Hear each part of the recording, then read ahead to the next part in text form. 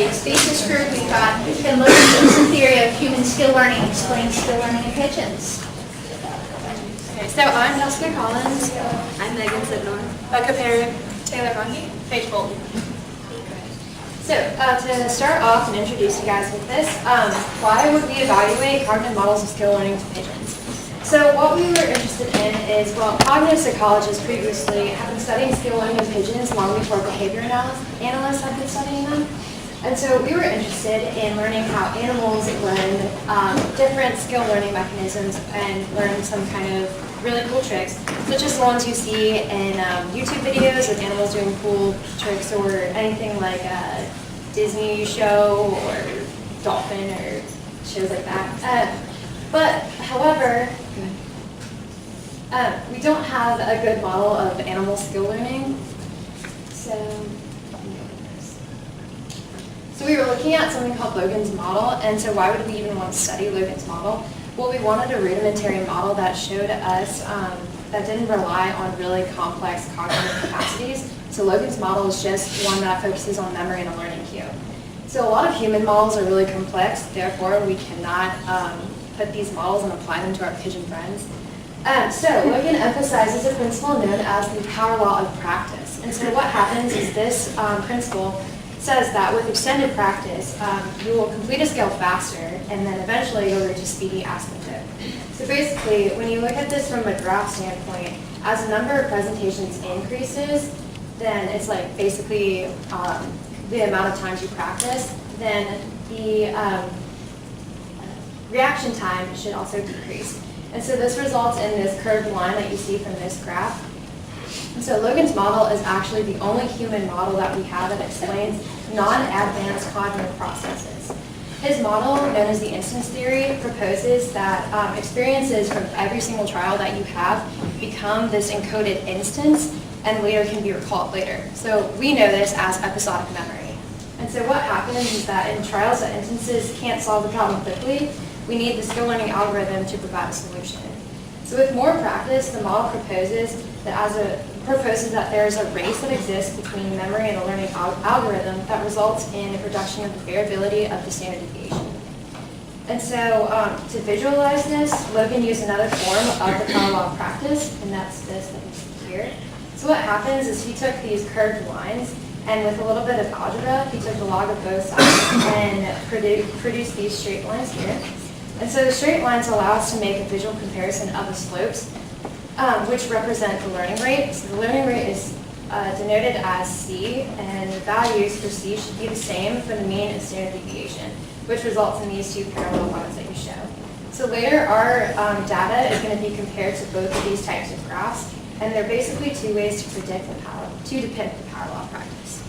So based on the background that Jessica just provided you with, our question was, can this model of skill learning that we have in humans, can it be applied to pigeons? So just to quickly go over our hypotheses, accuracy, which is something that Logan did not include in his model, but we chose to include. We'll touch on that a little bit later, but we predicted that would increase across sessions. But going back to Logan's model, we predicted that we would see support of the power law of practice, so that decrease in trial durations, that speed up that Jessica mentioned, and that this would not change regardless of skill difficulty. So Megan will touch on that a little bit in the methods. And as Jessica just said, we predicted that the mean and standard deviation slopes will be the same. So we had 8 pigeons, which we placed, 8 naive pigeons, which we placed in operant chambers to receive training. The lights in the operant chambers were illuminated as either red, green, or white, and all white, and we randomly assigned the pigeons into 2 groups, group position and group color. Group position was exposed to 3 all-white key lights, and their spatial position indicated which key to detect in a sequence. Group color, such as right, left, and the middle. Group color was exposed to a simultaneous chain of 3 colors, red, green, and white. Pigeons had to detect a specific order of colors, which were randomly distributed along the keys for every trial.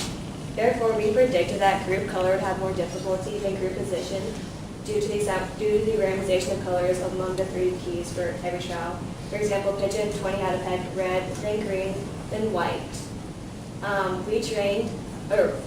When sequences were completed correctly, pigeons received food, but timeouts followed errors in the sequence. We trained repetitive pecking was not considered an error. For example, pigeons could peck red, green, white, and still received food. We trained pigeons to complete a 2-peg sequence, and then we added one more peg to the 3-peg sequence. We measured sequence accuracy and trial duration in both groups. So to go back to that accuracy measure that, again, Logan did not include in his model, we wanted to look first at the individual accuracies of each pigeon. So on the left here, for those in the back, I don't know if you can see it, but on the left here, this is group position, and on the right is group color. But as Megan mentioned, our 3-peg condition, we allowed the pigeons to reach an asymptote of accuracy, so that's mainly what we're concerned with. So as you remember from the hypothesis, we wanted to see an increase in accuracy across sessions, and we do see that in each individual pigeon. While each individual pigeon may have reached a different accuracy asymptote, we just attribute that to individual differences within the birds. But again, the main thing we wanted to see was that increase in accuracy across sessions. To further look at this, we average the accuracy within each group. So we average the accuracy for each pigeon in each group to give us average accuracies for group position and group color. And so again, we're mainly just looking at 3-peg. And so if you look at across sessions, it appears that group position, as indicated in black, has higher accuracies across sessions, but we attribute that to group position having a behavior chain as opposed to the more difficult simultaneous chain. But again, in both conditions, you do see that predicted increase in accuracy across sessions. So from there, we plotted the individual data points for the session by trial duration. The left is again group position and the right is group color. So the orange dots are the means and the blue dots are the standard deviation. We expected, as Jessica said earlier, that as sessions increase, trial duration would decrease. And then from there, we calculated the curve of the best fitting curve, and we were able to fit them to the power law of practice. And we expected that, as I said, sessions would increase, trial durations would decrease to see a negative sloping line, and mean and standard deviation would be similar in lines, just a little shifted over. However, as you can see here, we have some pigeons, like pigeon 17, that have a steep drop off after the first session and then almost a straight looking line for the subsequent sessions. Then we have some that are like we expected, such as pigeon 10, and then we have pigeon 19, which shows a positive curve after the first session, which shows that the pigeon would have forgotten. So this made us look into the parameter values of the nonlinear regression. So we have here the means, median, standard deviation. Means and standard deviation coming from Logan's model, and the medians were what we added in just to see if it would take away the extremities. A and B are measured in seconds because they're the asymptote and the change between the initial session and the asymptote, and then C is the rate of learning. So we've highlighted the parameter values that we thought were extreme and didn't fit, such as negative seconds, you can't have negative seconds, or seconds in 236. When we look back at the graph, it was up in around 10 seconds for the y-axis. One of them was 20, but the rest were 10 to 12. And then the rate of learning, we expected to be around 1, but it was around 30s for some of them. So as previously stated, the instance theory predicts that the slopes of the mean and standard deviation of response time would be equivalent, and because we use a power function to plot our data.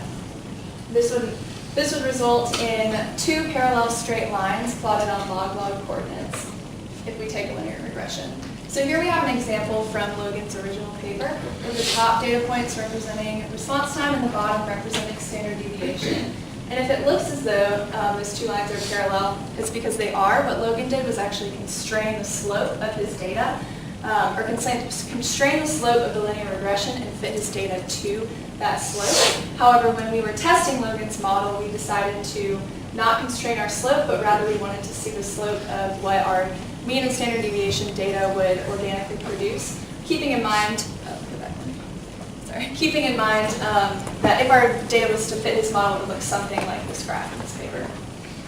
So here we have the linear regressions that we performed. This top graph is an average of the 4 pigeon subjects in group position, and then the bottom is an average of the 4 subjects in group color. Again, we have mean in orange, standard deviation in blue, and these are log of trial duration across the number of sessions. So again, we did not constrain the value, we did not constrain the slope, so these are the values that our data points produced. And as you can see, looking at group position, the mean and standard deviation do not appear parallel. You can see that visually and numerically over here. However, group color, the slopes of the lines do appear more parallel, both visually and numerically, which may indicate some sort of difference between maybe the skill difficulties in group position and group color. However, we still needed to see whether the data from the individual pigeons represented those averages that they produced. And just looking at the individual data, we have group position over here and group color on the right. And you can just see a lot of variance between them. For example, in group position, pigeon 4, the mean and standard deviation and the trial duration across sessions lines do appear parallel. However, in group 10, there's that intersecting point.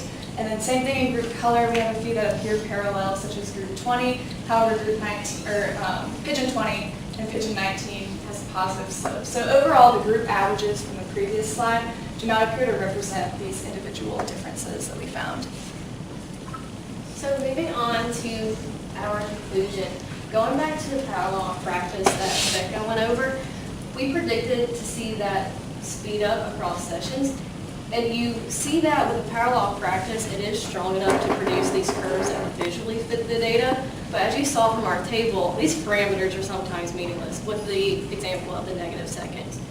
And moving on to Logan's model again, as Taylor just mentioned, the slopes for mean and standard deviation were inconsistent. They weren't always parallel. Some were not. But so it is doubtful that we will support Logan's model with our procedure. There are some things we should do in the future. And that would include removing any outlandish trial durations that were produced from the pigeons just not being on task. And we did attempt to do that with medians, but we saw the same poor fit that we saw with the means that we presented to you today. But overall, we did learn two different things about skill learning in general. So going back to the speed up that's predicted by the parallel practice, if we look back at pigeon 17, we didn't see that. We see instead a consistency across sessions in which in the first session you see almost all the learning occurring instead of across the sessions. So again, instead of the decrease across sessions, we see more of a consistency. But if you remember from accuracy, almost every single pigeon did show an increase in accuracy across sessions. So that appears to be a much more consistent measure of behavioral skill learning in pigeons. And again, accuracy is not something that Logan included in his model, and so it is pretty interesting that we do see it to be a more, like a better measure of behavioral skill learning in pigeons. Thanks to Dr. Reid for being our thesis advisor and for the pigeons that were our participants. Any questions?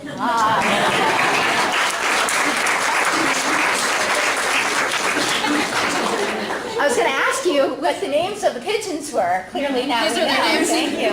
Questions? I'm going to show you this one first. That's Dr. Reid. Yes. Could you put the date out for pigeon 4 again? We tried best to fit the professor to the data.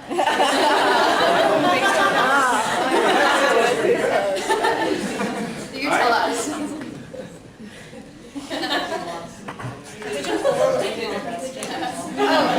Dr. LaFay, pigeon 4 was actually a problem pigeon for a while.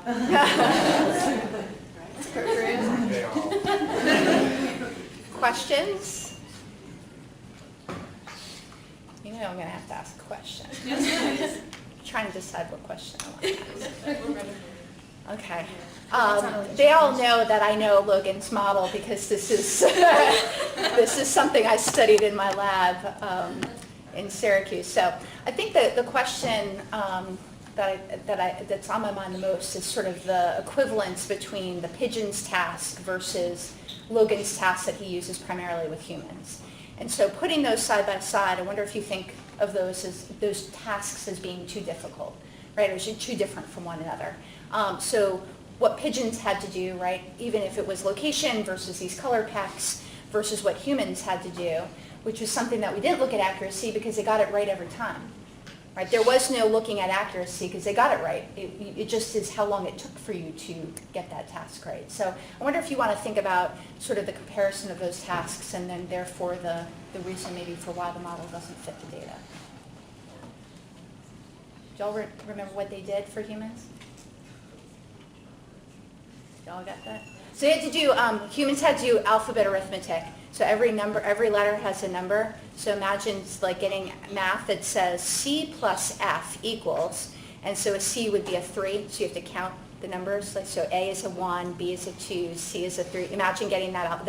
So that's what you had to do, and so you had to memorize essentially what each number was and each letter was in order to do this math, and you got faster and faster. So you always got it right, so we weren't worried about accuracy. It's just how long it took, which is why you ignore accuracy. So are we comparing apples and oranges by comparing these two tasks? One thing that in Logan's model that he does mention is that this equivalence of the mean and standard deviation slope should be the same regardless of skill difficulty. So using that theory, you would theoretically think that between humans and pigeons, I know that doesn't exactly answer what you're getting at, but using that idea, which is why we had the difficulty differences between group position and group color in this study, but that sort of addresses what you're saying, but it is hard to compare any kind of animal to a human, but if that theory expands to hold true. I also think it's a little more difficult to get a skill with, at least at this time, with animals that we can confirm that they're going to do it right every single time. So I think that's kind of why Paige said we have the group position, group color. So one was a little more easier once they learned the skill. It's kind of like when we first learned math. We don't get 2 plus 2 right every time, but once we've practiced it enough, then we get there. That kind of goes with one thing that we were arguing near the end. In a previous paper in Dr. Reid's lab, they found that accuracy is a good indicator of learning and that it does increase across sessions. And so that's kind of what we saw again in this study when comparing it to the speed up as predicted with the power law of practice. Again, we didn't really see that as much, but we did see consistent accuracy results. So maybe that suggests in pigeons at least, accuracy is a much better indicator or measure of behavioral skill learning for pigeons, whereas in humans it's Action time. the speed up. Any other questions? Okay, thank you all very much.